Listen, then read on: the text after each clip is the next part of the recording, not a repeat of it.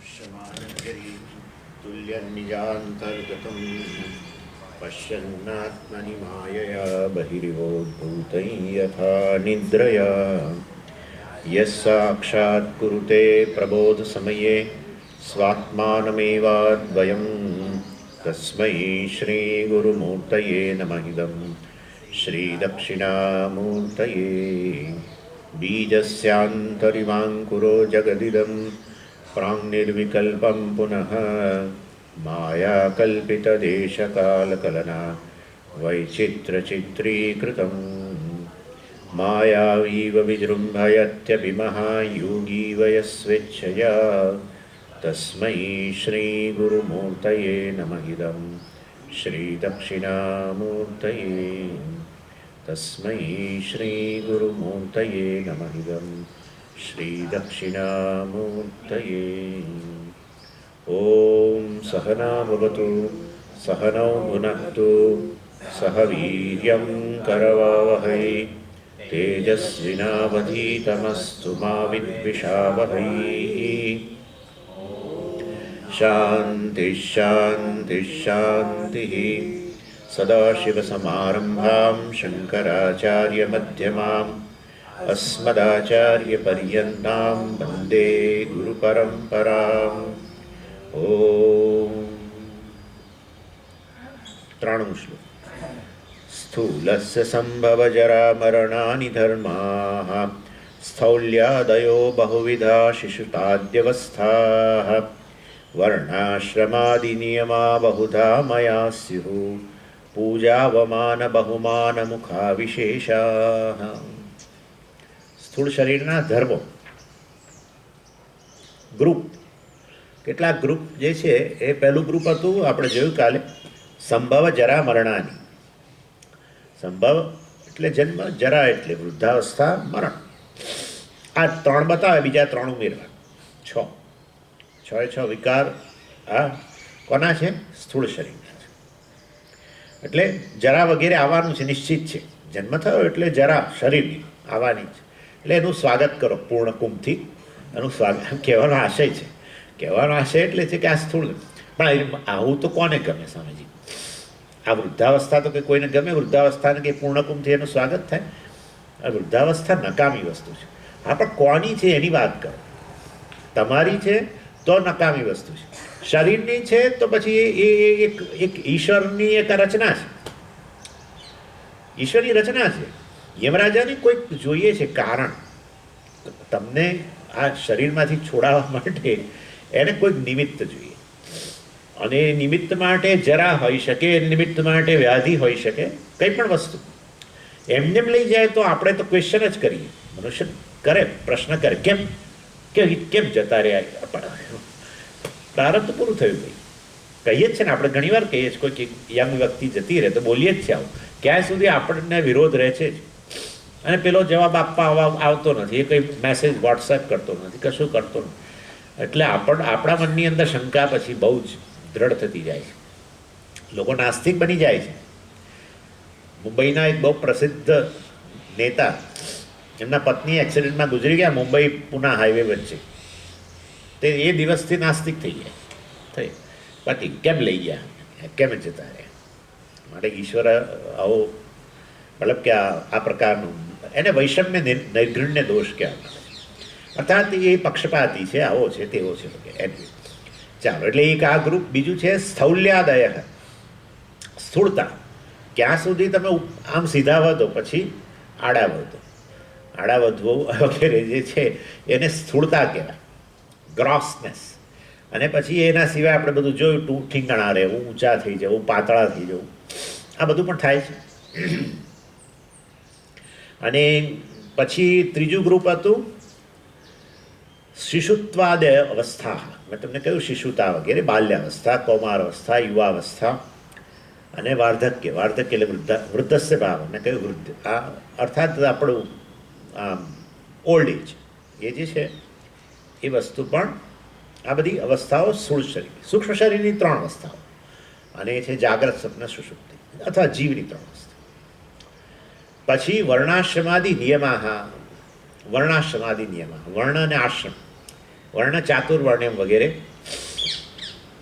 એ ચાતુર્વર્ણ્યમ જે છે એ 4 વર્ણો આ સ્થૂળ શરીરના બ્રાહ્મણ, ક્ષત્રિય, વૈશ્ય, શૂદ્ર એની પણ મેં વાત કરી. અને આશ્રમ પણ 4: બ્રહ્મચારી, ગૃહસ્થ, વાનપ્રસ્થ, સંન્યાસી. વર્ણાશ્રમાદિ નિયમાહ કહ્યું એટલે સ્થૂળ શરીર માટેના સ્થૂળ શરીરને થતા સંસ્કારો જે છે એને વર્ણાશ્રમાદિ નિયમા કહેવાય. એટલે આ બધા વેરિયસ રિચ્યુઅલ્સ આપણે શરૂઆત કરીએ ને, પેલું વ્યક્તિ બાળક જન્મે એની સાથે જાત કર્મ, અને ત્યાર પછી આવે નામકરણ, અને પછી આવે ચૌલમ એટલે પેલા વાળું. એમાં શું છે, સ્થૂળ શરીર જે ગર્ભમાંથી આવ્યું છે ને એ અત્યંત અશુદ્ધ છે. એટલે એને પૂરેપૂરું એને સંસ્કાર એટલે શુદ્ધિકરણ, એનું શુદ્ધિકરણ કરવું પડે. અને શુદ્ધિકરણ કરવા માટે વાસ્તવની અંદર આ ચૌલ ક્રિયા પણ ખરી. ચૌલ ક્રિયા એટલે જન્મ સમયના વાળ છે હવે એને ઉતારી લેવા, ચૌલ ક્રિયા. આપણે શું કહે છે, બાબડી કહે છે,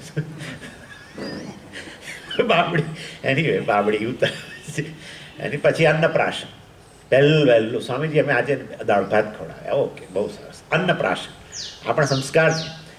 એટલે આ તો ખવડાવી દેવું એ સંસ્કાર નથી, વિધિપૂર્વક ખવડાવવું, વિધિપૂર્વક નામ આપવું, વિધિપૂર્વક બધું વિધિપૂર્વક કરવું, એને બધું નિયમ કહેવાય. એટલે સ્થૂળ શરીર માટેના બધા નિયમો છે, એ બધા સંસ્કાર 16 છે ને, 16 સંસ્કાર, છેવટે અગ્નિ સંસ્કાર પણ ખરા. એટલે અન્નપ્રાશન પછી ઉપનયન એટલે એ પહેલાં પણ ખરું. આમ તો ઘણીવાર વિદ્યારંભ વગેરે પણ એ પણ હોય છે. ચાલો, અક્ષરાભ્યાસ કહેવામાં આવે છે એકચ્યુઅલી એને.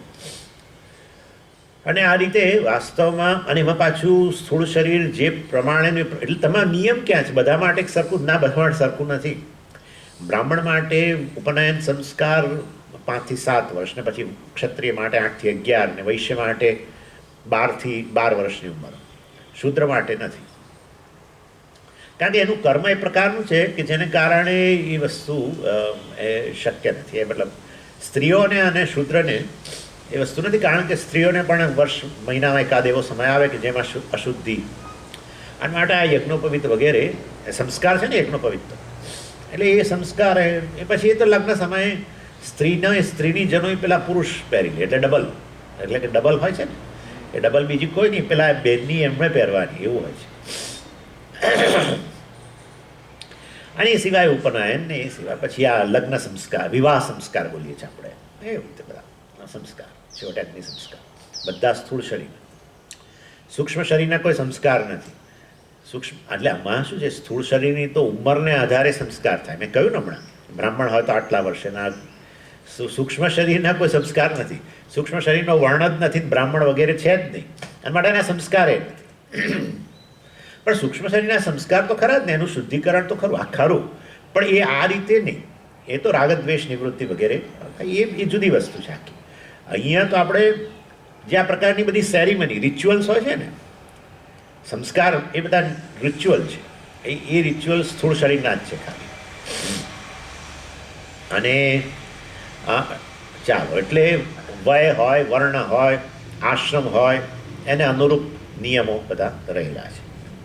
એ પેલા સૂત્ર હોય પાછું, એટલે બધું આપણે બધું ભૂલી ગયા છીએ.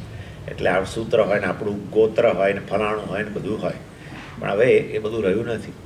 એ લોકો સંધ્યાવંદન જે કરતા હોય, એ લોકો આ બધું બોલે, એક વસ્તુ ગુરુ પાસે ત્યારે જાય ત્યારે બોલે, હું આ વર્ણનો છું, મારું આ નામ છે, ફલાણું છે, ટીકણું છે, ને એમ કરી ઓળખાણ આપે. હવે આ વિઝિટિંગ કાર્ડ આવી ગયું, પણ એ જમાનામાં આ આવતી ઓળખાણ આમ કરીને બોલે, પેલા ગુરુ પાસે જઈને બોલે, હા, ફલાણા નામના આટલા હું, અથવા આ પ્રવરમાં જન્મેલા, આમ તેમ, આ વેદ છે મારો, આ સૂત્ર છે. બધાએ બોલવા, ખાલી બ્રાહ્મણ નહીં, બધા બોલે. પણ આ બધું જતું રહ્યું. એનીવે, ચાલો, એટલે આ થયું આ બીજું ગ્રુપ. આ વર્ણાશ્રમાદિ નિયમ, શિશુત્વાદિ અવસ્થા, શું હતું? હા, સ્થૌલ્યાદય. એ પહેલાં હતું સંભવ, જરા, મરણાદિ. 4 ગ્રુપ તો થઈ ગયા. 4 ગ્રુપમાં કેટલાક મેમ્બર્સ પાછું. પછી કહે છે બહુધા આમયા સ્યુ. બહુધા, આ સ્થૂળ શરીર જે બહુધા અનેક પ્રકારના રોગોનું ઘર છે. અનેક પ્રકારના, કેટલાક રોગો વૃદ્ધાવસ્થામાં આવે, કેટલાક રોગો યુવાવસ્થામાં આવે. એટલે બધા રોગ બધા કાળે ના આવે પાછા. એમાં ભગવાને ભાગ પાડ્યા છે. એટલે અમુક રોગો ઉંમર સાથે આવે, અમુક રોગો પહેલાં આવે. એટલે યમધર્મરાજાની આ ગોઠવણ છે, ભગવાનની ગોઠવણ, ઈશ્વરની ગોઠવણ. યમરાજાની ગોઠવણ કે ઈશ્વરની ગોઠવણ? ઈશ્વરની ગોઠવણ. ઈશ્વરની ગોઠવણ કે યમરાજાની ગોઠવણ? યમરાજાની ગોઠવણ. તમારામાં ઠેકાણું જ નથી. દેવતાઓ પરમેશ્વરની અભિવ્યક્તિ છે ને. આ સમગ્ર જગત પરમેશ્વર છે, એમાં એક વિશેષ અંશની અંદર ઈશ્વરની જે અભિવ્યક્તિ કહીએ એને દેવતા કહેવાય. બધું જ જગત, સમગ્ર જગત વિરાટ પુરુષ, એની અંદર પ્રત્યેક વસ્તુ પરમેશ્વર. પણ સૂર્ય પણ એક જગતનો ભાગ. એટલે પરમેશ્વર સૂર્ય થકી જે અભિવ્યક્ત થયો, સૂર્યના રૂપમાં અભિવ્યક્ત થયો, એ સૂર્ય દેવતા કહેવાય, આદિત્ય દેવતા. એવી રીતે પૃથ્વી દેવતા. હા, તમે પૃથ્વી કહો, તમે વિજ્ઞાનના વિદ્યાર્થી છો. તમે પૃથ્વી દેવતા કહો, તમે વેદાંતના વિદ્યાર્થી છો. આટલો ભેદ છે, આટલો ભેદ, બહુ મોટો ભેદ. એટલે તમે પૃથ્વી કહો એટલે તમારા મનની અંદર જડ, વિજ્ઞાન ભણાવે બધું જડ છે, કશું ચેતન નામની વસ્તુ નથી. ચેતન તો જડ વસ્તુનો ગુણ છે. આપણે કહીએ ચેતન જ વસ્તુ છે, વસ્તુ છે. ચેતનને વસ્તુ કહેવામાં આવે છે. વસ્તુ એટલે વસતિ અસ્મિન, વસ્તી અસ્તિ ઇતિ વસ્તુ. જે વાસ્તવિક રીતે અસ્તિત્વ ધરાવે એનું નામ વસ્તુ. એટલે વસ્તુ શબ્દ વેદાંત શાસ્ત્રમાં વપરાય છે બ્રહ્મ માટે, આત્મા માટે. બાકી બધું અવસ્તુ છે, બાકી બધું એક દેખાવ, લકીરો છે. પંચદશીમાં ઉદાહરણ આપ્યું વિદ્યારણ્ય સ્વામીએ કે જેમ ચિત્રપટ હોય, ચિત્રપટની ઉપર જેમ પેલી ચિત્રકાર રેખાઓ જે દોરે, વાસ્તવમાં એ કેનવાસ જ છે, બીજું કશું નથી. એવી રીતે આ સમગ્ર જગત જે નામરૂપ છે, બધી લકીરો છે, કોઈ સત્યતા નથી. નામરૂપનું અસ્તિત્વ એ વસ્તુનું અસ્તિત્વ છે. અમારે રહેલું અસ્તિત્વ બ્રહ્મ છે, તમે છો. અમારે રહેલું અસ્તિત્વ તમે છો. વસ્તુ બે હોય પરંતુ ખરેખર એક જ વસ્તુ હોય. દેખાતી બે હોય પણ હોય ખરેખર એક. આવું છે. ઘડો અને માટી બે વસ્તુ છે ને, આમ કહીએ પણ માટી જ વસ્તુ છે, ઘડો નથી. ઘડાનું અસ્તિત્વ એ માટીનું અસ્તિત્વ છે. માટીનું અસ્તિત્વ માટીનું અસ્તિત્વ છે. માટીનું અસ્તિત્વ ઘડાના વસ્તુના આભારી નથી, ઘડાનું અસ્તિત્વ માટીના આભારી. માટે બે વસ્તુ ખરેખર છે જ નહીં. હવે સમજી ગયા? Existence of pot is existence of clay. કેમ ઘડાનું અસ્તિત્વ નથી? છે જ નહીં. નાના છે તો લઈ જા ઘડો, ભાઈ માટી રાખી મૂકજે, વાત માટી મને આપી દે, તું લઈ જા. સમજી ગયા? ઘડો લકીર છે, માટી પરની લકીર એમ નામ ઘડો છે, એમ નામ મિથ્યા, એમ નામ. પણ આટલું આવું અને મિથ્યા કહો છો. હું એમાં પાણી ભરું છું અને આ લાવું છું, આટલા રૂપિયા આપીને ખરીદું છું, આમ છે ને તેમ છે. બધો વ્યવહાર ઘડા જોડે કરો છો, માટી જોડે નથી કરતા. તમે બધો વ્યવહાર ઘડા સાથે કરો છો. ના, માટી સાથે વ્યવહાર કરો છો, તો પછી ઘડા શું કરો? ખરીદો છો? માટી સાથે વ્યવહાર કરો તો આ રહી, તો કે ખરીદવા જવાની જરૂર ક્યાં છે? હા, એટલે જે ઉપયોગી છે, જે વ્યવહાર યોગ્ય છે, એ મિથ્યા છે. આટલું યાદ રાખવાનું. બહુ મોટું આ ઓરિએન્ટેશન આવતા જન્મો નીકળી જશે. આ ઓરિએન્ટેશન આવતા વસ્તુ ઉપયોગી છે માટે સાચી જ છે. આપણે કહીએ છીએ વસ્તુ ઉપયોગી છે માટે મિથ્યા છે. આ મોટો ભેદ છે, બહુ મોટો ભેદ છે. વિજ્ઞાન કહે છે બધું વસ્તુઓનું પ્રયોજન પર્પઝફુલ છે, માટે જગત, આ જળ જગત જ સત્ય છે. આપણે કહીએ છીએ જે વસ્તુ ઉપયોગમાં આવે છે, વ્યવહાર યોગ્ય છે, એ બધું મિથ્યા છે. હા, એટલે દેખાય બે પરંતુ હોય એક જ. એકનું જ અસ્તિત્વ હોય, બીજું અસ્તિત્વ માટે પેલા પર આધારિત હોય. એકનું સ્વતંત્ર અસ્તિત્વ એ સત્ય કહેવાય, એકનું પરતંત્ર અસ્તિત્વ અન્યના અસ્તિત્વથી ભાસતું હોય, અન્ય અસ્તિત્વ પ્રદાન કરી ઉછીનું આપ્યું એટલે ભાસતું હોય, એ મિથ્યા કહેવાય. આવું છે. અને માટે વાસ્તવની એવી એ દ્રષ્ટિએ આ એની એટલે આ હું ક્યાંથી ક્યાં પહોંચી ગયો ભાઈ, પણ આ મિથ્યા સત્ય મિથ્યા પર પહોંચી. પણ એનીવે બહુધા આમયા સ્યુઃ, એટલે આ બધા યમધર્મ રાજા જે છે એને બિચારાને કંઈક ને કંઈક જોઈતું. આમય એટલે રોગ, એટલે કહીએ છીએ આપણે નિરામય સંતુ. નિરામય એટલે સ્વસ્થતા, આમય એટલે રોગ. અને આ વાત પિત્ત કફ આપણા માટે મેડિકલની ભાષામાં બધા 1000 વસ્તુ. આ વાત પિત્ત કફને એ લોકો ના માને, એટલે આપણે બધું આ વાત પિત્ત કફને આધાર નક્કી કરીએ. એ આ વાત પિત્ત કફ થકી એ યમધર્મરાજા પ્રત્યેક જીવનું નિયંત્રણ કરે છે. બે ત્રણમાંથી એકની વૃદ્ધિ કરે કરે કરે કરે અને અતિશય વૃદ્ધિ કરી દે. ના તો વ્યક્તિ જે છે, મારી દૃષ્ટિએ કોરોના જે છે એ વાત રોગ ગણવો જોઈએ અથવા કફનો રોગ. હવે એ જરા એની બહુદાહ આમયા સ્યુ, અને એટલે સ્થૂળ શરીરમાં રોગ વ્યાધિ વગેરેને કારણે તો દુઃખ પહોંચાડે. સ્થૂળ શરીર મનમાં પણ તમારે આધિ ઉત્પન્ન કરીને દુઃખ પહોંચાડે. હા, એટલે એ કઈ રીતે એ વસ્તુ પણ અહીંયા કહી. બહુ કેવું ગજબ આ શંકરાચાર્યજીએ કઈ રીતે આ એક જ શ્લોકની અંદર કેટલું વણી લીધું. સ્થૂળ શરીરના બધા વિશેષો ધર્મો, વર્ણાશ્રમાદિ નિયમાહ બહુદાહ આમયા સ્યુ. પછી કહે છે પૂજા અવમાન બહુમાન મુખાહ વિશેષા. છેલ્લું ગ્રુપ. અર્થાત આ સ્થૂળ શરીર તમને વ્યાધિ વગેરે ઉત્પન્ન કરીને તો દુઃખ પહોંચાડે એટલું જ નહીં, પીડા પહોંચાડે એટલું જ નહીં, સ્થૂળ શરીર માનસિક પીડા પણ પહોંચાડે. હા, એટલે અમે ફેંકી દઈએ ને એમ ફેંકવા માટે નહીં, એને એ અનાત્મા છે જાણો એમ. એટલે કહેવાનો આશય એ છે પૂજા. પૂજા એટલે વગેરે વર્શિપ. સારી પૂજા અને હું ભેદ સમજાવું છું. પૂજા અને બહુમાનમાં ભેદ છે. પૂજા અને આદર બેની અંદર બહુ ભેદ છે. અર્થાત કેટલાક શરીરો એવા છે જેમની પૂજા થાય અને ખાસ સમયે ખાસ થાય. લગ્ન થવાના હોય ત્યારે પેલા પિતાજીની પૂજા કરવાની, પિતાજીના ચરણ કમળ ધોવાના અને કરવાનું. પેલાને તો અંદરથી એવું થતું હોય એમણે મને રૂપિયો નથી આલ્યો ને અને માટે કરવું પડે છે. પેલાને દુઃખ જે છે સ્થૂળ શરીર, પિતાજીના સ્થૂળ શરીરની પૂજા કરતાં કરતાં પિતાજીને તો સુખ થઈ રહ્યું છે, પણ આ બેઠો છે જે નીચે હીરો, એને દુઃખ પહોંચી રહ્યું છે અંદર, એટલે સ્થૂળ શરીર દુઃખનું કારણ બને. ચાલો, એ તો આ તો બીજાને માટે, પરંતુ સ્થૂળ શરીરનું પૂજા એ થાય, સ્થૂળ શરીરનું અપમાને થાય, અપમાન થાય સ્થૂળ શરીરનું થાય છે. અને માટે વાસ્તવની અંદર ક્યારેક સ્થૂળ શરીર તમને પીડા પણ પહોંચાડે. બહુમાન, બહુમાન એટલે આદર, એક જનરલ સામાન્ય આદર. આવો આવો બેસો, એના પૂજા નહીં, આવો આવો બેસો એ કહો તમે, એને થયું કે આદર આપો. સ્થૂળ શરીર, હા, કેમ સ્થૂળ શરીર, કેમ સૂક્ષ્મ શરીરને નહીં? આ તો સૂક્ષ્મ શરીરને કેવી રીતે આદર આપશો? આવો આવો કોને કહેશો? સૂક્ષ્મ શરીરને કહી શકતા હો તો કહો, કહી શકતા હો તો કહો. સ્થૂળ શરીરને કાઢી નાખીએ. સૂક્ષ્મ શરીરને આવો આવો કહી શકતા હો તો કહો. જે વસ્તુ તમારા વ્યવહારમાં દ્રષ્ટિમાં જ નથી આવવાનું એને આવો આવો કેવી રીતે કહેશો? સ્થૂળ શરીરની છે. આદર વગેરે સ્થૂળ શરીરનો છે. હાર કોને પહેરાવો? સૂક્ષ્મ શરીર. હાર કોને પહેરાવો?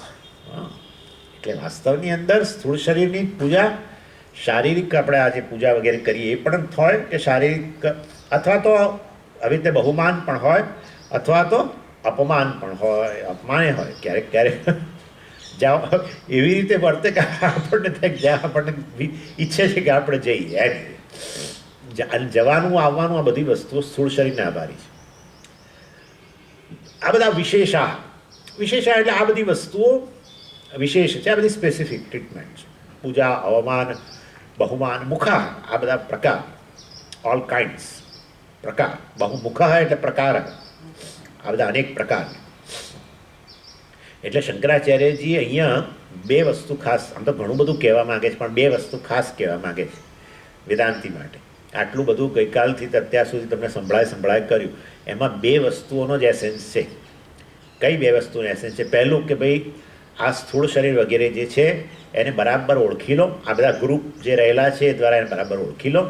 અને પછી સ્થૂળ શરીરનો નાશ જે છે એ નાશ કે સ્થૂળ શરીરનું મૃત્યુ વગેરે આટલું ભણી લેશો બરાબર, તો સ્થૂળ શરીરના મૃત્યુને સ્વીકારવામાં તમને હવે કોઈ તકલીફ નહીં પડે. અને કઈ વસ્તુ તમારા માટે શોક નહીં લાગે. સ્થૂળ શરીરના મૃત્યુનો તમને જે શોક લાગે છે એ નહીં લાગે, કારણ કે એનો ધર્મ જ છે, એનો વિશેષ છે. એટલે આ લોકો અંગ્રેજીમાં કહે forewarned is forearmed. એટલે તમને પહેલાં વોર્નિંગ આપી દેવામાં આવે તો એ તમારા માટે હથિયાર સમાન થઈ જાય. તમને વોર્નિંગ આપવામાં ન આવે તો એ વસ્તુ હથિયાર રૂપ ન કરે. એટલે તમે પહેલેથી જ કહી દે આ બધું કે આવું છે ભાઈ, સ્થૂળ શરીર આવું જ રહેશે, તો તમે તૈયાર હો. અને તમારી તૈયારી, માનસિક તૈયારી જ હથિયાર રૂપ છે, એમ કહેવાનો આશય છે. અને આ રીતે અહીંયા 4 વોન્ડ ઇઝ 4 રાઉન્ડ. ઓકે, પછી એટલે આ એક તો પહેલું કે તમે મૃત્યુ માટે તૈયાર રહો. અને સ્થૂળ શરીરનું મૃત્યુ છે, તમારું મૃત્યુ નથી, એ પણ નક્કી થઈ ગયું. એટલે આ એક. બીજી વસ્તુ જે છે, વેદાંતના દૃષ્ટિબિંદુથી આ જે આત્માની વ્યાખ્યા કરવામાં આવી છે અને અહીંયા સ્થૂળ શરીરના જે ધર્મો બતાવવામાં આવ્યા છે એ પરસ્પર વિરુદ્ધ છે. અહીંયા જેટલું કહ્યું એ બધાની વિરુદ્ધ તમે ચાર્ટ બનાવો એ આત્માના ધર્મ થઈ ગયા. સ્થૂળ શરીરના ધર્મો અહીંયા જે તમને બતાવ્યા એ એક તરફ મૂકો અને બીજી તરફ આત્માના ધર્મો. પણ હવે આત્માના ધર્મો કયા મૂકીએ? આમાં આગળ જે સ્થૂળ શરીરમાં જે કહ્યું એનાથી વિરુદ્ધ અહીં મૂકવા માંડો. પહેલું હતું સંભવ, જન્મ. અહીં લખી દો. શું લખવું? બસ ફટાફટ લખવા માંડો. પોપટની જેમ બધું નથી નથી નથી નથી કરી લખવા. That's all. બસ. અને ગોખી રાખો. આ જે છે આપણે શું કહેતા હતા એને? તફાવતનો ચાર્ટ. તફાવત ને તફાવત કહેતા હતા આપણે. એક બાજુ આ એક બાજુ આ. ફલાણા ફલાણા વચ્ચેનો તફાવત કહો, આત્મા અનાત્મા વચ્ચેનો તફાવત કહો. એટલે આ રીતે નાના બાળકની જેમ એક લાઈન વચ્ચે ડ્રો કરી દો અને એક બાજુ લખવા માંડો. સંભવ, મરણ, જરા. જરા વગેરેથી રહી છું. એટલા માટે આત્માનું નામ છે વિજરહ. વિજરહ, મૃત્યુ, વિશોક, વિજિગિત્સ, અપિપાસ. આ ક્યાં આવ્યું છે? છાંદોગ્યની અંદર કહ્યું. વિજરહ, વિગત, જરા. વિગતા જરા યસ્માત સહ વિજરહ. વિગતા ગઈ, ગઈ નહીં, આવી જ નથી, જવાની ક્યાં? આવી જ નથી. આત્મામાં જરા આવી જ નથી, જવાની ક્યાં? કેમ આત્માની જરા કેમ ના હોય? જરા એટલે વૃદ્ધાવસ્થા. વૃદ્ધાવસ્થા એટલે જર્જરિતપણું. જર્જરિતપણું કોનું? જર્જરિતપણું અવયવોનું, અંશોનું. જે આમાં અવયવો જ નથી, અંશ જ નથી, એ વસ્તુમાં કદી અવયવોનો ક્ષય વગેરે પણ નથી, તો જરા નથી. કેમ અવયવો નથી? કારણ કે પૂર્ણ છે. પૂર્ણ હોય એમાં અવયવ ના હોય. જે વસ્તુ અવયવવાળી હોય એ મર્યાદિત હોય. ગમે એવી મોટી તમે ગણી લો. અવયવ ધરાવનારી વસ્તુ, અંશો ધરાવનારી વસ્તુ, અંશોના ભેગા થવાથી બનેલી વસ્તુ હંમેશા મર્યાદિત હોય. અને એ દ્રષ્ટિએ વાસ્તવમાં આ પ્રકારે અહીંયા આ બધા કે તમે બધા હવે તમારી જાતે બનાવી શકશો, કારણ કે તમારે ખાલી વિરુદ્ધ જ લખવાનું છે. એ હોમવર્ક હું તમને સોંપી દઉં છું. એ પછી શિશુ વગેરે પણ છે, બાલ્યાવસ્થા વગેરે. એ એટલે હું તો બાલ્યાદિશુ બી જાગ્રદાદિશુ તથા સર્વાસુ અવસ્થાસુ વ્યાવૃત્તમાનમ અનુવર્તેશુ. આ સર્વની અંદર અનુવૃત્ત, જે બાલ્યાવસ્થામાં તો એ જ યુવાવસ્થામાં અને એ જ વાસ્તવમાં પ્રૌઢાવસ્થામાં અને એ જ વૃદ્ધાવસ્થામાં. એનો અર્થ કે એના પર કોઈ અસર જ નથી થઈ, હે ને? જે બાલ્યાવસ્થામાં હાજર ને જે યુવાવસ્થામાં હાજર. બાલ્યાવસ્થા આવીને ગઈ, યુવાવસ્થા આવી, યુવાવસ્થા આવીને ગઈ, પ્રૌઢાવસ્થા આવી, પણ એ બધાની અંદર હાજર રહેનારો ખરેખર એનાથી ભિન્ન. માટે બાલ્યાદિશી અવસ્થા કોની છે? શરીરની છે. અને હું એનાથી રહિત છું. એ સર્વમાં વર્તમાન. એટલા માટે તમે બોલી શકો છો કે હું નાનો હતો ને ત્યારે આવો હતો, તેવો હતો, ફેલાણો હતો, બધું બોલી શકો છો ને. શરીરની એ બાલ્યાવસ્થા તો જતી રહી. તમે અત્યારે આ બધું જતું રહ્યું છે, અત્યારે બધું પતી ગયું, હે ને? પણ હું આવો હતો, ભૂતકાળ વાપરવો પડે છે ને. ભૂતકાળને તો વાપરવો જ ના પડે. પણ એનો અર્થ કે જતું રહ્યું છે કશું. બાલ્યાવસ્થા ગઈ છે, પરંતુ વાસ્તવમાં એવો બોલનારો એમાં હાજર હતો, માટે જ તો બોલી શકું છું. જેણે અનુભવ કર્યો છે, અનુભવ કરનારો ચેતન જ હોય. અને માટે આ જળ શરીરથી જે વિલક્ષણ એવો ચેતન, વાસ્તવમાં એ જ મારું સ્વરૂપ છે. અબ્બા, હે ને? આવી રીતે બધા ધીરે ધીરે એક એક કરીને બનાવી દો. અને એ વસ્તુ ભગવાને પણ કહી, દેહિનોસ્મિન યથા દેહે કૌમારમ યૌવનમ જરા વગેરે વગેરે. તથા દેહાંતર પ્રાપ્તિ, અન્ય દેહની પ્રાપ્તિ કરનારો વગેરે વગેરે દેહથી વિલક્ષણ જ હોય. પણ અન્ય દેહની પ્રાપ્તિ કરનારો તો જીવ હોય, તો તમે તો જીવને આત્મા ના પાડો છો. એ આત્મા નથી, બધું બરાબર છે. પણ અત્યારે સ્થૂળ દેહની વાત છે, માટે એટલે આટલે સુધી રાખો. પછીની વાત પછી, બરાબર. સ્થૂળ દેહ જે છે એ વાસ્તવમાં હું નથી, કારણ કે સ્થૂળ દેહ ધારણ કરનારો હું છું. એક જન્મથી મૃત્યુ ગયો, એક દેહ ગયો, પછી બીજો દેહ આવે, ત્રીજો દેહ આવે. ચાલો, એટલે આ તો આટલું પૂરતું છે તમારા માટે. એટલે આ બીજો મુદ્દો હતો કે આ આત્મા જે છે એ વાસ્તવમાં સ્થૂળ શરીરના સર્વ ધર્મોથી વિલક્ષણ છે. ચાલો, પછી આગળનો શ્લોક 94. બુદ્ધિન્દ્રિયાણી શ્રવણમ ત્વગક્ષી ઘ્રાણમ ચ જિહ્વા વિષયાવબોધનાદ વાક્પાણીપાદા ગુદમપ્યુપસ્થઃ કર્મેન્દ્રિયાણિ પ્રવણેન કર્મસુ. એટલે આ જે હમણાં જે શ્લોક જોઈએ આપણે 93મો શ્લોક, એની સાથે સ્થૂળ શરીર ટોપિક પૂરો થયો. જે 72મા શ્લોકથી શરૂ કરેલું તે આ 93મા શ્લોક છે, એટલે 74મા શ્લોક છે. આ નંબરનું જરા ગડબડ છે. 74મા શ્લોકથી 93મા શ્લોક સુધી જે ચર્ચા થઈ એ સ્થૂળ શરીર વિશે થઈ. સ્થૂળ શરીર શેમાંથી બનેલું છે, શું શું જવાબદાર છે, વગેરે વગેરે. અને સ્થૂળ શરીરના વિશેષો ધર્મો કયા છે એ પણ ચર્ચા થઈ. સાથે સાથે સ્થૂળ જગતની પણ ચર્ચા કરી લીધી. સ્થૂળ જગત જે છે, સ્થૂળ જગતના વિષયો કેવા છે, એના પ્રત્યેનું ખેંચાણ હોય તો શું થઈ શકે વગેરે, માણસની કઈ દશા થાય એ પણ કહી દીધું. અને એના માટે ઉદાહરણ આપ્યા, 5 ઉદાહરણ આપ્યા કે 5માંથી એક ઇન્દ્રિય જેની પાવરફુલ હોય એનું મૃત્યુ, એની આ ઇન્દ્રિયમાં રહેલી આસક્તિ છે વિષય પ્રત્યેની, એના કારણે એનું મૃત્યુ થાય છે. એ પણ બધું વાત ચર્ચા થઈ ગઈ. એ ક્યારે થઈ ચર્ચા? હું જ્યારે ત્યાં તો ત્યારે મોકલેલું. કેટલાકે સાંભળ્યું છે, કેટલાકે નથી સાંભળ્યું. હરી કશો ચાલશે. એટલે મુખ્ય ટોપિક તો અનાત્મા છે, પરંતુ વાસ્તવની અંદર અનાત્માની અંદર 3 વસ્તુ: સ્થૂળ શરીર, સૂક્ષ્મ શરીર ને કારણ શરીર. અને એટલે અનાત્મ ટોપિક જે છે એની ચર્ચા 72માં એટલે 74મા શ્લોકથી 123મા શ્લોક સુધી છે. એમાં અત્યારે આપણે 74થી 93મા શ્લોક સુધી પહેલો અનાત્માનો એક પ્રકાર સ્થૂળ શરીર એની ચર્ચા કરી. અને હવે આ 94મા શ્લોકથી ચર્ચા વાસ્તવમાં આપણા સૂક્ષ્મ શરીરની ચર્ચા શરૂ થાય છે. અને ક્યાં સુધી થશે? 107મા શ્લોક સુધી. 108થી 123 કારણ શરીરની ચર્ચા. અને અંતે કહેશે કે તમે આ 3 શરીરોથી વિલક્ષણ છો. અને આવું કહીને તમને કહેશે કે હવે તમે આનંદ કરો, કારણ કે આ 3 શરીરોના તાદાત્મ્યને કારણે બધી મુશ્કેલીઓ છે.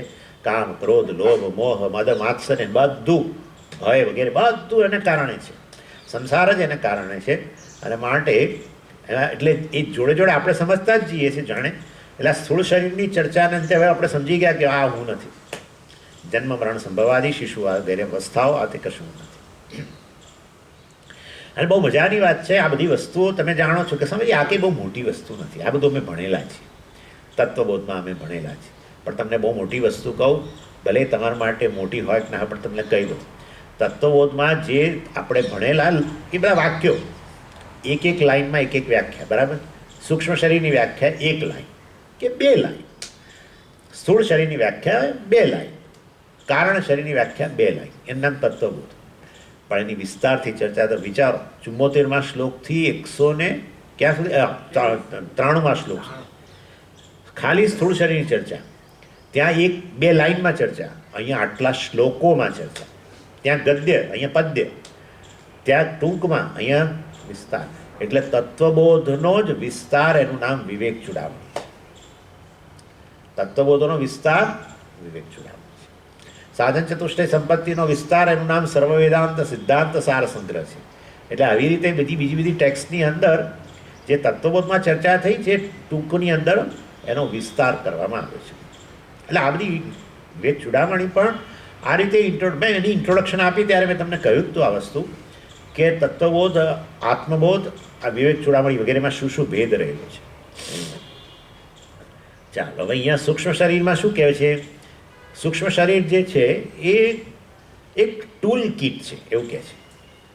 હવે છે ને આપણે આ કાર હોય, પેલા આપણું સ્કૂટર વગેરે હોય તો આપણે એક બોક્સ હોય, એની અંદર બધા ઓજારો, કંઈક પંચર પડે, ફલાણું ઢીકણું, સ્ક્રૂ ડ્રાઈવર, આ તે ટૂલ કીટ. આ સૂક્ષ્મ શરીર ટૂલ કીટ છે એમ કે છે. પેકેટ ઇન્સ્ટ્રુમેન્ટ્સનું, ઓજારોનું ઇન્સ્ટ્રુમેન્ટ્સનું પેકેટ છે.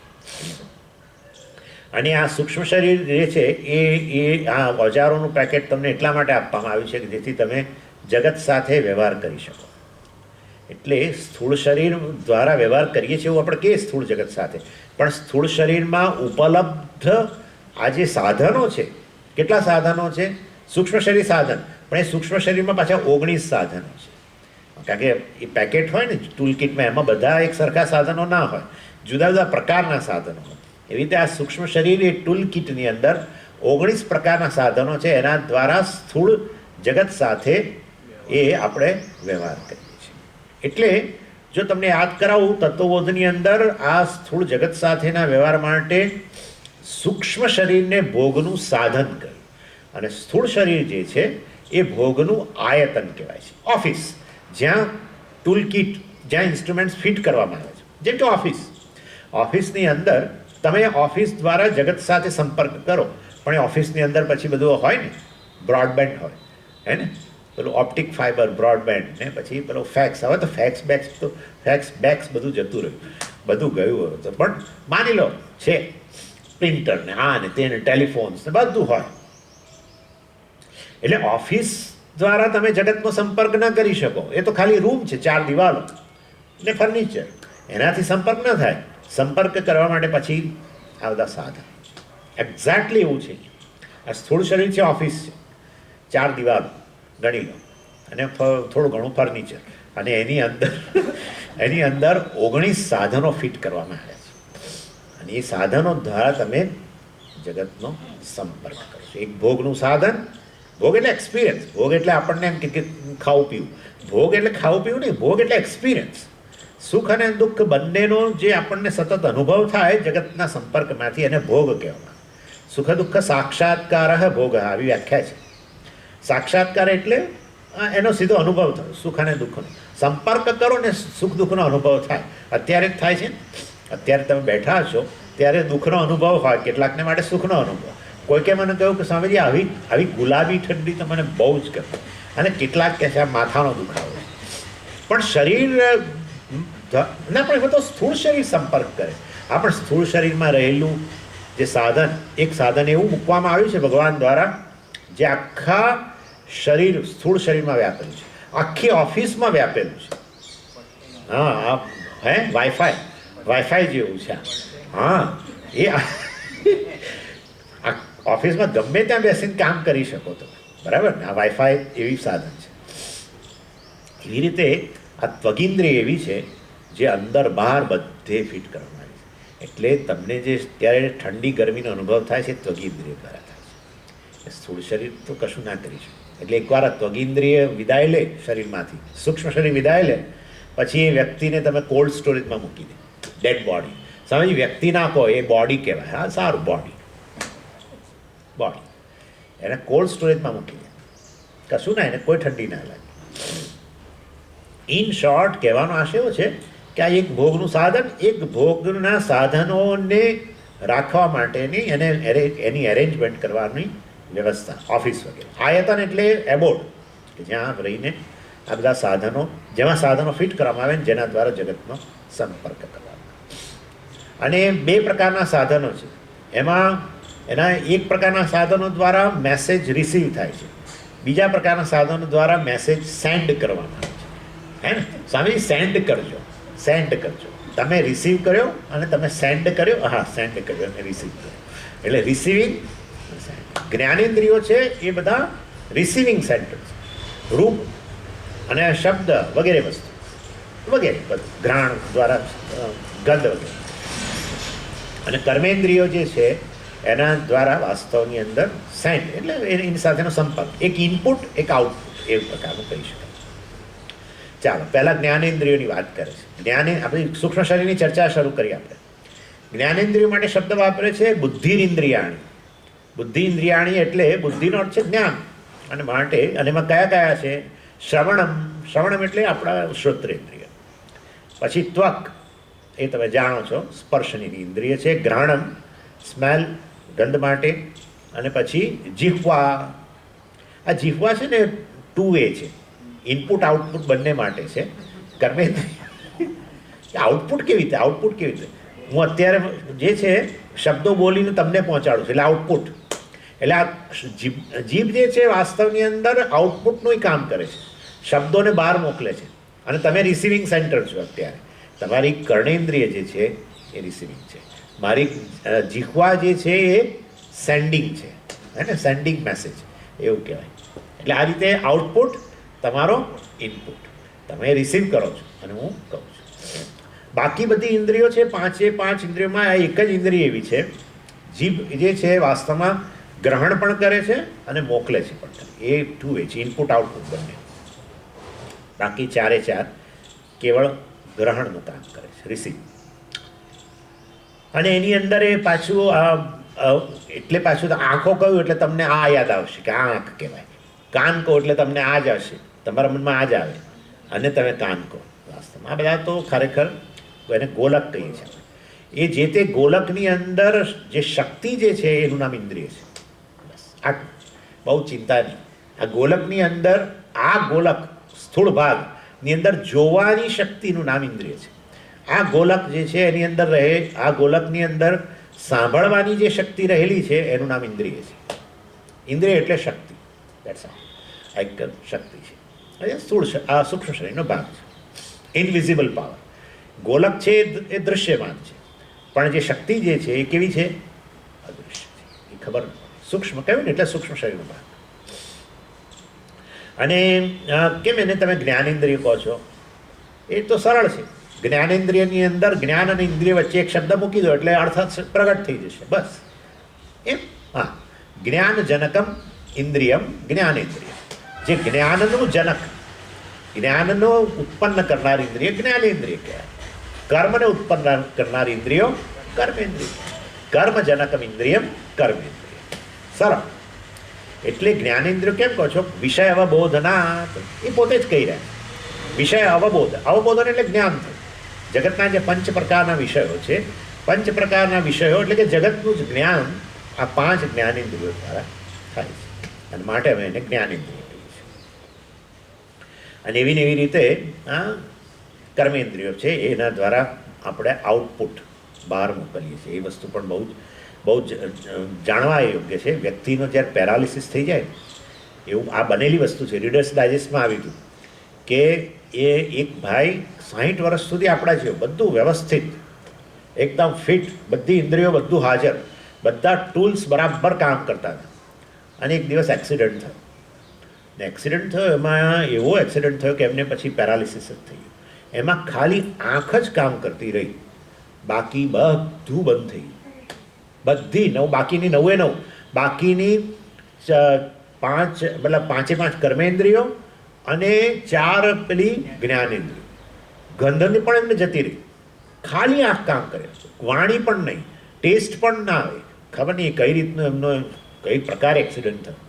આ સાચો કિસ્સો છે, રીડર્સ ડાયજેસ્ટમાં આવેલો. એટલે હવે તમે વિચારો, એટલે રિસીવિંગ તો થોડું થોડું છે જ, એને ઇનપુટ છે, આંખ ખુલ્લી છે, એ જોઈ શકે છે, બધું રૂપનું ગ્રહણ થઈ રહ્યું છે, પણ આઉટપુટ બંધ થઈ ગયું. હાથ પણ કામ નહોતા કરતા, પગ નહીં, એવી રીતે કંઈક ઇન્જરી થઈ, નર્વસ સિસ્ટમ સમથિંગ. એટલે હવે કરવું શું? પણ આ તો આપણા માણસો તો બાપુ ખરેખર. એટલે હવે આ વ્યક્તિ પાસે જાણવું છે કે કેવી રીતે તમને આ એક્સિડન્ટ થયો, કારણ કે કોઈને ખબર જ નથી. કારણ કે એ પોતે જ નેરેટ કરી શકે કઈ રીતે થયો, પણ બોલી તો શકાતું નથી. બધું એ જ ઘડીએ જ્યારે એક્સિડન્ટ થયો ત્યારે જ બધું બંધ થઈ ગયું. એટલે જે વ્યક્તિ એને મદદ કરવા માગતો હતો અને જાણવા માગતો હતો કે કઈ રીતે એક્સિડન્ટ થયો છે, આ તે બધું જાણવા માટે, એ હવે કરે શું? એ પૂછે છે તો ખરા કે તમને કઈ રીતે એક્સિડન્ટ થયો, પણ પેલા આંખો જ નીચાવે, બીજું કશું આંખો બંધ કરે છે. એમાંથી એક ટેકનિક શોધી કાઢીએ લોકોએ. એટલે પેલા ભાઈ આલ્ફાબેટ લઈ આવ્યા બધા, અને આલ્ફાબેટ લાવીને બતાવે. એટલે દાખલા તરીકે આ તો અંગ્રેજીની વાત કરું છું, પણ તમે સમજી શકશો છો. એવું દાખલા તરીકે એ વ્યક્તિ એક વાક્ય લખે કે તમને આ એક્સિડન્ટ કેવી રીતે થયો, બરાબર છે. હવે અંગ્રેજીમાં લખે તો અંગ્રેજીમાં લખે એટલે આખું વાક્ય લખી દે તો પેલા ભાઈ કશું કહી જ ના શકે. એટલે એક એક લેટર લખવો પડે, એક એક લેટર લખે. અને પેલી વ્યક્તિને એમણે કહ્યું હતું એમને કે હું એક લેટર લખું, આમ કરી બતાવ્યું, અને તમારે વાસ્તવની અંદર હું એ લેટર સાચો હોય તો તમારે 1 વાર આંખ મીચવાની, જો એ ખોટો હોય તો તમારે 2 વાર આંખ મીચવાની. તો અહીંયા ભૂસી નાખીને બીજો લેટર લખીશ. અને આ રીતે એમણે પહેલાં આ તો એક્ઝામ્પલ આપું, એ લખે, પેલા ભાઈ 1 વાર આંખ મીચે, મતલબ કે બરાબર છે. પછી એસ લખે દાખલા તરીકે, પેલા ભાઈ 2 વાર આંખ મીચે, મતલબ આ કાઢી નાખો. આમ કરતાં કરતાં કરતાં કરતાં આખો રિપોર્ટ પેલા ભાઈએ તૈયાર કર્યો. એક એક લેટર લખીને બધા એવી રીતે વાક્યો પૂરા કર્યા, એવી રીતે આખો એક રિપોર્ટ તૈયાર કર્યો. વિચારો તમે. એટલે કહેવા કેમ તમે આ બધું કેમ કહો છો કે આપણને જે મળેલું છે ને એની કોઈ પછી કિંમત નથી? કેમ? અમને બધી કિંમત છે, અમે તમારી સામે બેઠા નથી અત્યારે, એમ નહીં. એનો ઉપયોગ તમે કઈ રીતે કરો છો પછી અહીંયા ક્લાસમાં તો બધું બહુ સરસ છે. હા, અત્યારે જીભ આપણી પાસે છે ને આપણે એનો ઉપયોગ આ રીતે કરી શકીએ છીએ. એટલે આવું અને પ્રવચન માટે થઈ શકે, અન્ય વસ્તુ અન્યને પેલું શું જેને કહીએ, અન્યને આશ્વાસન આપવા કરી શકીએ, અન્યને પ્રત્યેનો પ્રેમ પ્રગટ કરવા કરી શકીએ, અથવા તો લોકોની નિંદા કરવામાં કરી શકો, ગાળો બોલવામાં કરી શકો, બધામાં કરી શકો, ક્રોધ પ્રગટ કરવામાં કરી શકો. પણ આપણને ખબર નથી કે એ બધી વસ્તુઓ જે છે એ પ્રકારનો ગેરઉપયોગ, આવી વ્યક્તિને તમે જ્યારે જુઓ ત્યારે તમને ખબર પડે કે આ વસ્તુની કેટલી કિંમત છે આપણને. મતલબ ઇન શોર્ટ આ જ્ઞાનેન્દ્રિય અને કર્મેન્દ્રિય, ઇન શોર્ટ જનરલી કહેવાનો આશયમાં આટલો જ છે, જ્ઞાનેન્દ્રિય અને કર્મેન્દ્રિય બંને આ ઇનપુટ અને આઉટપુટ માટે છે. સારું. અને આ કર્મેન્દ્રિયો જે છે એના માટે છેલ્લે કહ્યું કર્મસુ પ્રવણેન. કર્મસુ પ્રવણેન, કારણ કે પ્રવણમનો અર્થ થાય છે આમ તો એ દે આર ઇન્ક્લાઇન્ડ, એટલે એ પ્રકારનું એમનામાં પ્રવીણતા છે, કર્મ માટે પ્રવૃત્ત થાય છે, કર્મ માટે એમનું ડિસ્પોઝિશન જે છે એ કર્મ પ્રત્યેનું છે. કોનું? કર્મેન્દ્રિયો. એટલે કર્મસુ પ્રવણેન એટલે કર્મજનક, કર્મની ઉત્પત્તિ કરે. આ જે છે ગ્રહણની ઉત્પત્તિ કરે, પછી ચલનની ઉત્પત્તિ આપણી પાદેન્દ્રિય કરે, વગેરે વગેરે વગેરે. આ જે છે એ બોલવાનું કર્મ કરે.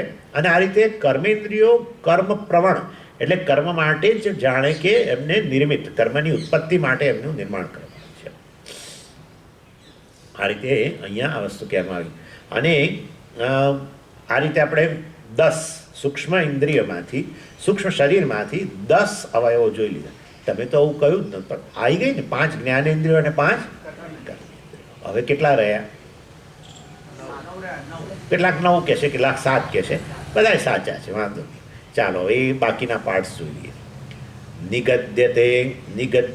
નિગદ્યતે તત્કરણમ મનોધિ અહંકૃતિશ્ચિત્તમિતિ સ્વવૃત્તિભિ મનસ્તુ સંકલ્પ વિકલ્પનાદિભિ બુદ્ધિ પદાર્થાદ્યવસાય ધર્મતઃ.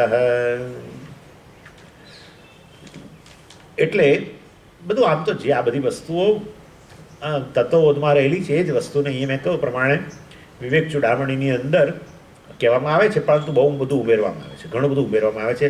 જે બધા ધર્મો, સ્થૂળ શરીર વગેરેને આપણે જોઈ ગયા એ બધી વસ્તુઓ તત્વબોધની અંદર નથી. અને હવે આ બીજા 4 અવયવોની વાત કરે છે. 5 ને 5 10 પતી ગયા. બીજા 4 અવયવ કયા છે? મન, બુદ્ધિ, અહંકાર અને ચિત્ત. ત્યાં હવે મનની વ્યાખ્યા આટલી હતી ખાલી. હા, સંકલ્પ વિકલ્પાત્મકમ મન, આટલું કરું પતિ. હવે અહીંયા ઘણું કહે છે મન વિશે, બુદ્ધિ વિશે. એનીવે, એટલે અહીંયા મન, બુદ્ધિ, અહંકાર અને ચિત્તની વાત કરે છે. અને અહીંયા શબ્દ વાપર્યો છે ધી. બુદ્ધિ માટે શબ્દ વાપર્યો છે ધી. અહંકૃતિ એટલે અહંકાર.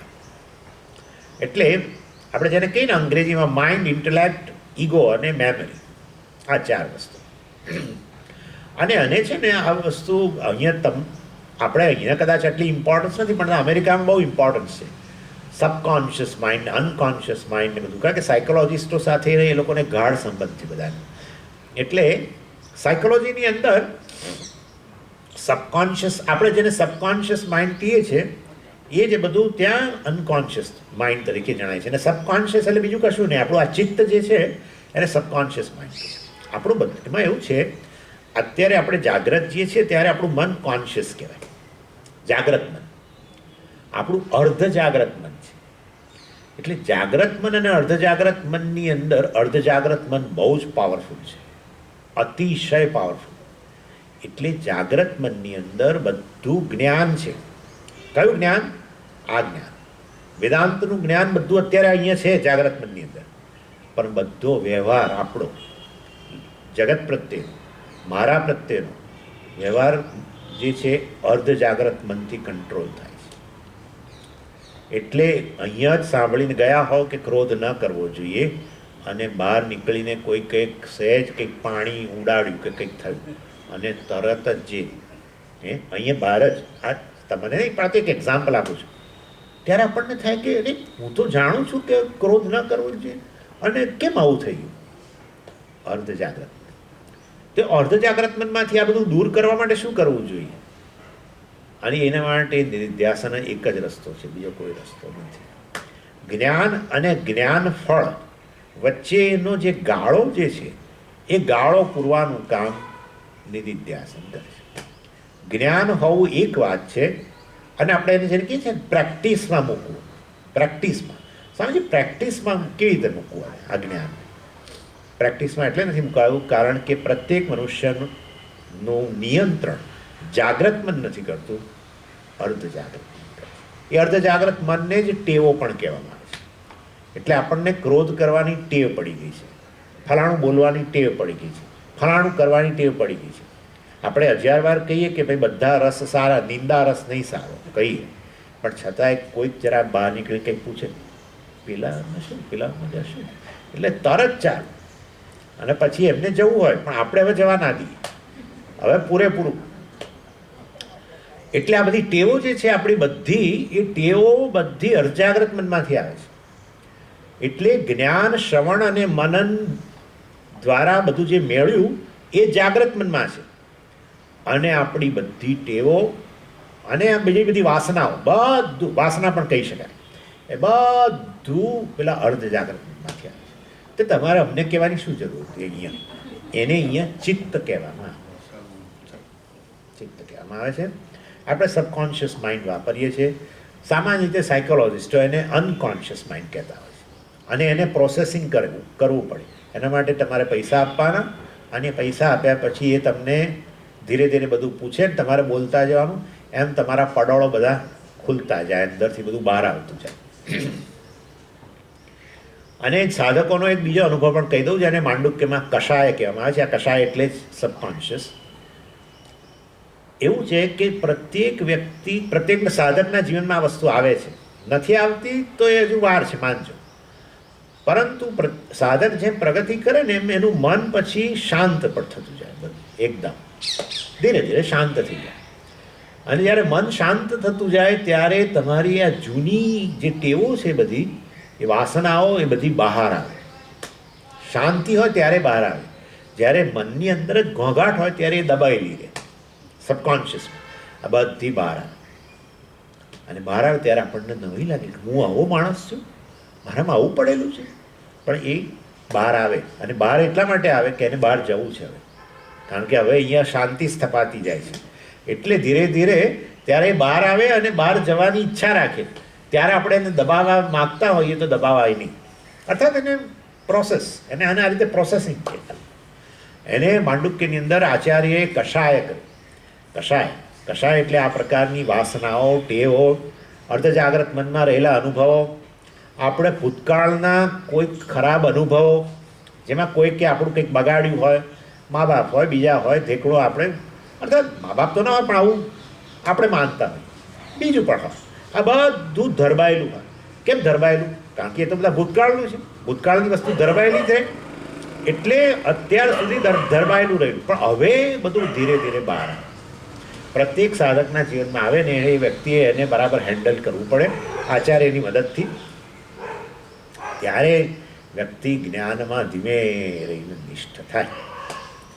નિધિધ્યાસન વગેરેમાં બધું વસ્તુ બહાર આવે અને એ રીતે નિષ્ઠ થાય. એનીવે, પરંતુ અહીંયા એને ચિત્ત કહેવામાં આવે છે. ચિત્ત એટલે આ પ્રકારનું માઇન્ડ, સબકોન્શિયસ માઇન્ડ, અનકોન્શિયસ વગેરે કહીએ છીએ. તો હવે અહીંયા 4 અવયવો રહેલા છે? ના, એક જ છે. એનું નામ અંતઃકરણ છે. અને અંતઃકરણને એના 4 પ્રકારના કાર્યને લીધે એને 4 નામથી બોલાવવામાં આવે છે. એટલે એ કહ્યું સ્વવૃત્તિભિ. આચાર્ય કહે છે સ્વવૃત્તિભિ મનો, શું કહ્યું? સ્વવૃત્તિભિ નિગદ્યતે નિગદ્યતે એટલે કહેવામાં આવે છે. અંતઃકરણમ નિગદ્યતે અહંકૃતિ ચિત્તમ મનઃ ધી. એક જ અંતઃકરણ જે છે એને આ ચાર નામથી બોલાવીએ છીએ, કારણ કે ચાર પ્રકારના કાર્યો કરે છે. જે પ્રકારનું કાર્ય કરે એના આધારે એ એક જ વસ્તુને એક નામથી બોલાવી, બીજા પ્રકારનું કાર્ય કરે ત્યારે એને એ જ વસ્તુને બીજા નામથી બોલાવી, એ રીતે એ અહીંયા કહે છે. ચાલો, એટલે આ તો સરળ છે. એક જ વ્યક્તિ હોય પરંતુ એ વ્યક્તિને ડ્રાઈવર એક દ્રષ્ટિથી, બીજી દ્રષ્ટિથી પિતા કે, ત્રીજા દ્રષ્ટિથી કે બીજું કે, આ રીતે એ રમવા જાય તો ક્રિકેટ રમતો હોય તો કે અત્યારે ક્રિકેટર. એટલે જુદા જુદા પ્રકારના કાર્યને આધારે એક જ વ્યક્તિને જેમ જુદા જુદા નામ અપાય એવી રીતે. અને એટલે અહીંયા વૃત્તિનો અર્થ જે છે એ પ્રવૃત્તિ કે વ્યાપાર અર્થાત આ કર્મ, ફંક્શન જેને આપણે કહીએ ને. અને એ ચારે ચાર મન વત્તા બુદ્ધિ વત્તા ચિત્ત વત્તા અહંકાર બરાબર અંતઃકરણ. અને અંતઃકરણ શબ્દનું ટ્રાન્સલેશન અંગ્રેજીમાં અંતઃકરણ જ છે, કારણ કે એ લોકો બીજા બધા બહુ નામ આપે છે પરંતુ એટલા બધા સ્યુટ થતા નથી. પણ ચાલો, આપણે તો આ રીતે અને અહીંયા અંતઃકરણ જ કહીશું. ફિલોસોફીમાં એ લોકો એને માટે માઇન્ડ સ્ટફ ને આવા શબ્દો બધા વાપરે છે. એટલે પરંતુ આ ચાર એનો આ સમૂહ જ છે. અને એ અંતઃકરણ નિગદ્યતે એટલે એને આ રૂપમાં કહેવાય છે, એ રૂપમાં જણાય છે એવું કહી શકાય. કયા રૂપમાં? મન બુદ્ધિ ચિત્ત અને અહંકાર. હવે આપણે એના બધાના ફંક્શન જરા જોવા પડશે. એટલે ચાલો, એ મને લાગે છે આવતી વખતે શરૂ કરીશું. મન જે છે, મન એને સંકલ્પ વિકલ્પાત્મક એમ કહ્યું.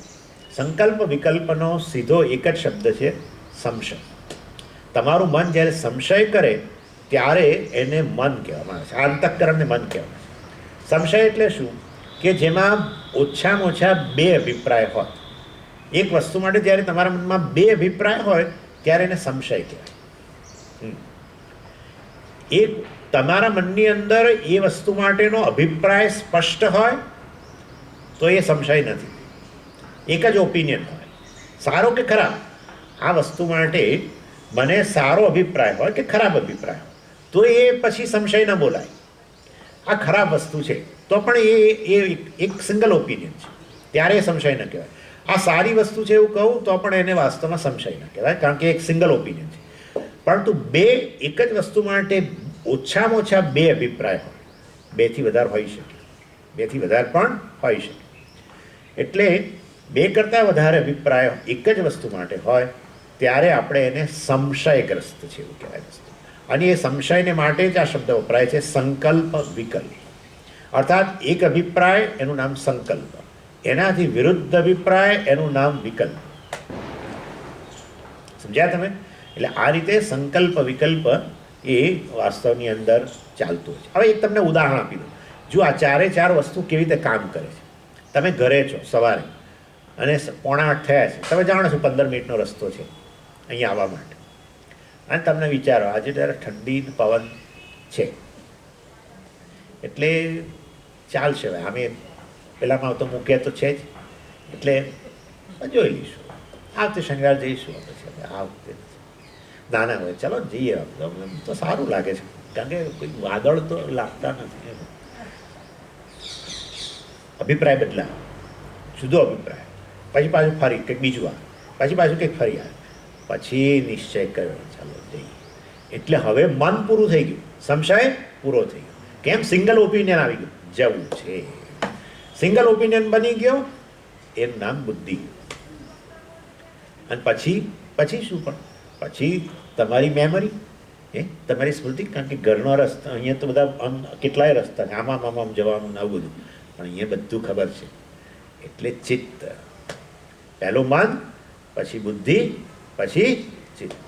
અને અહીંયા આવ્યા, અને અહીંયા આવીને આપણે બેઠા, અને તમે તમારા મનમાં આવે કે હા આવી ગયો તો સારું થયું, હું આવી ગયો, સારું થયું, હું આવી ગયો. એટલે તમે આ ત્રણ જ વસ્તુ થઈ, સંકલ્પ વિકલ્પ કર્યો, નિર્ણય કર્યો, પછી તમારી મેમરીને આધારે તમે સ્મૃતિના આધારે આવ્યા, એ બધાની સાથે અહીંયા આવીને તમે કોને જોડ્યો? અહમ, હું આવી ગયો. આનું નામ અહંકાર. ચારે ચાર ફંક્શન પૂરા થઈ ગયા, મન બુદ્ધિ ચિત્ત અને સમજી ગયા? એટલે આ રીતે આપણું એક જ અંતઃકરણ જુદા જુદા કાર્ય કરે ત્યારે આપણે એને જુદા જુદા નામથી બોલાવીએ છીએ. ચાલો હવે આટલું પૂરતું છે, આગળ પછી જોઈ લઈશું. ઓમ પૂર્ણમદ પૂર્ણમિદમ પૂર્ણાત પૂર્ણમુદચ્યતે પૂર્ણસ્ય પૂર્ણમાદાય પૂર્ણમેવાવશિષ્યતે.